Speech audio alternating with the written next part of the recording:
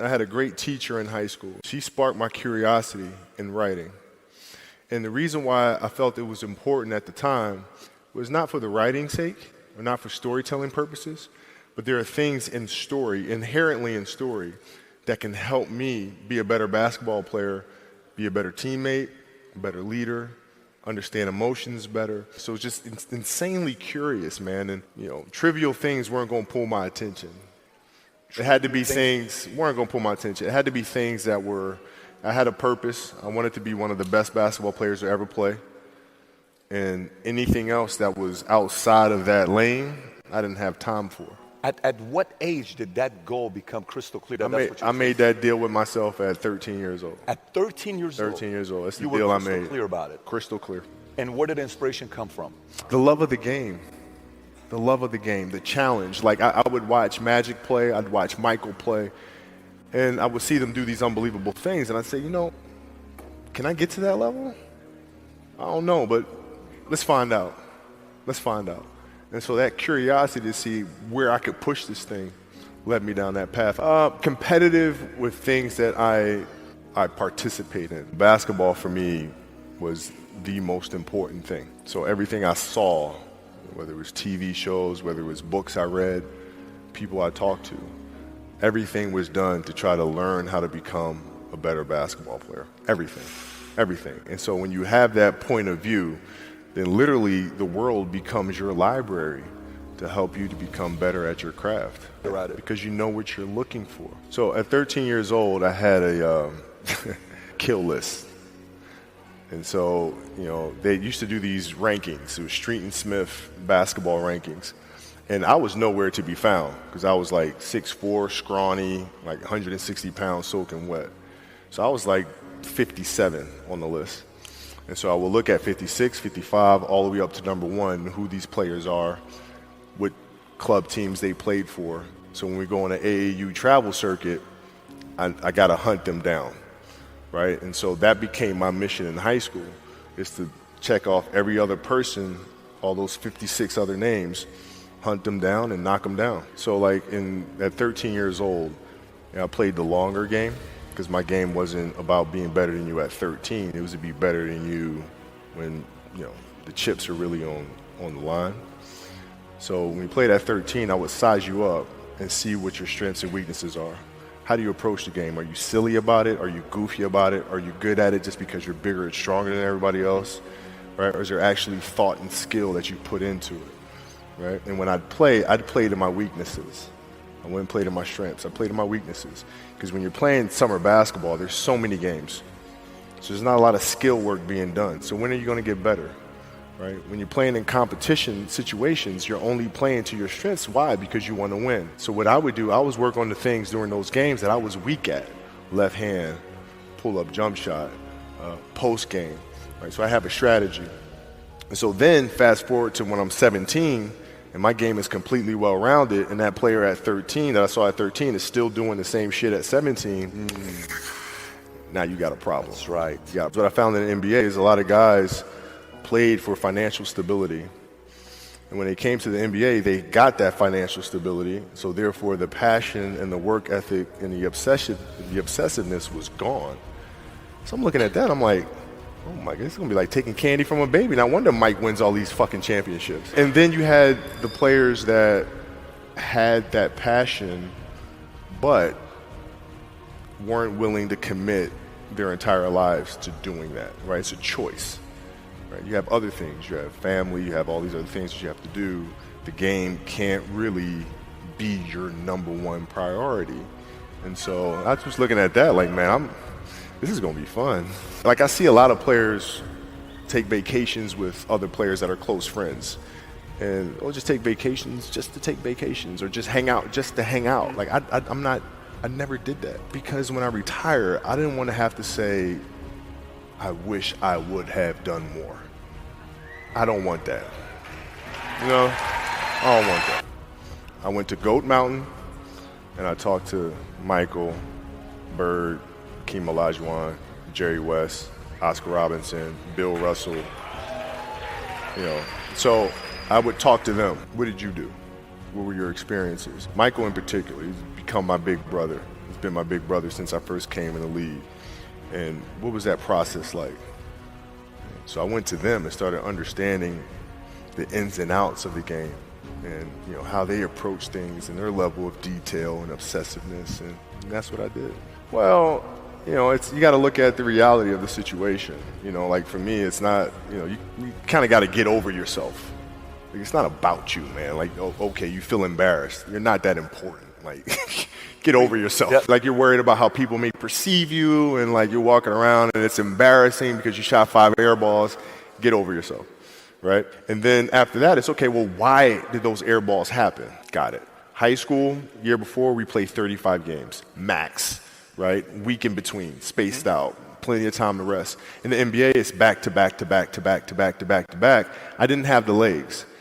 So you look at the shot, every shot was online.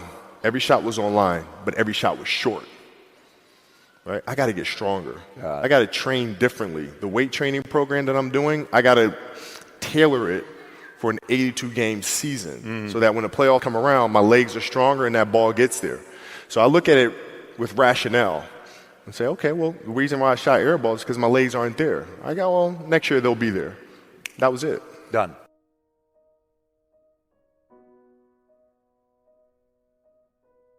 For example, jumping ability. Man, my vertical was a 40, it wasn't a 46 or a 45.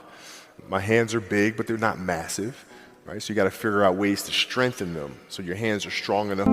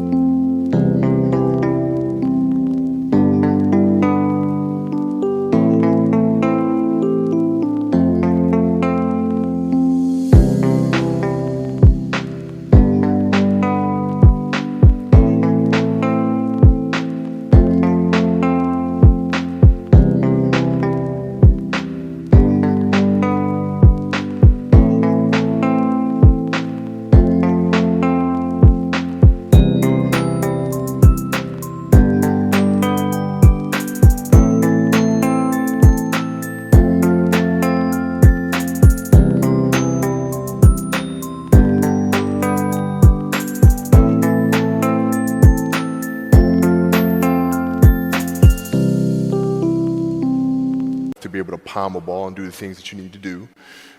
Quickness, I was quick, but not insanely quick. I was fast, but not ridiculously fast, right? So I had to rely on skill a lot more.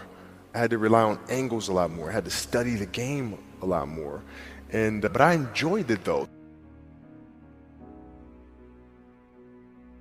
The game, and it just never changed. You'd be the greatest of all time. I don't deal with people that don't commit at that level, but then act as if they do. I don't deal with that. The game itself it's a complicated answer. So there are very tactical things in terms of footwork and geometry of the court. So you're looking at the court and looking at the 45-degree angles that the court is shaped in and how it needs to operate. That's one component to it. So looking at spots on the floor where you can increase your efficiency. Right? You can be on the wing, but there's a certain spot on the wing that improves your angle to drive to the basket, right? So that sort of stuff. Footwork of the opposition, looking at the emotion of the opposition, their tendencies, their weaknesses, and all that stuff. Understanding the momentum of the game, how to create momentum shifts, where momentum shifts come from, all this sort of stuff.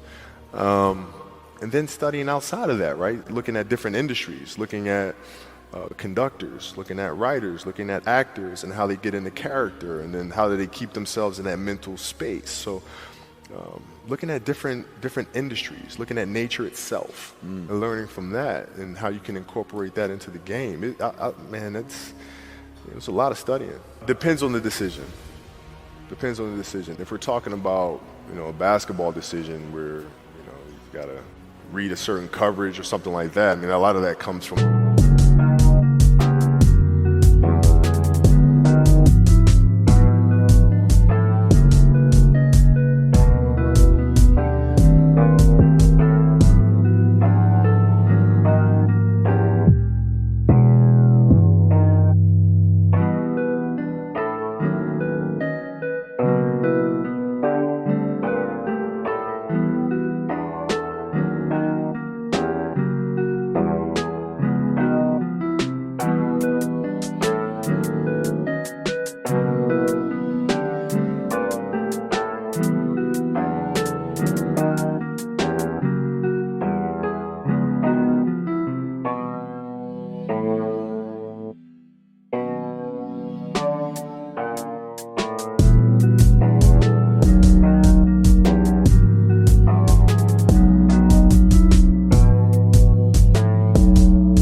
the pre-work and understanding what their defensive package is and how to put teammates in certain situations. So, for example, if you look at players nowadays that are charged with taking game-winning shots, or making game-winning decisions, and you look at the play and then you look at it and say, okay, well, that shooter was there, the double team came, and the player couldn't do anything but pass the ball, right?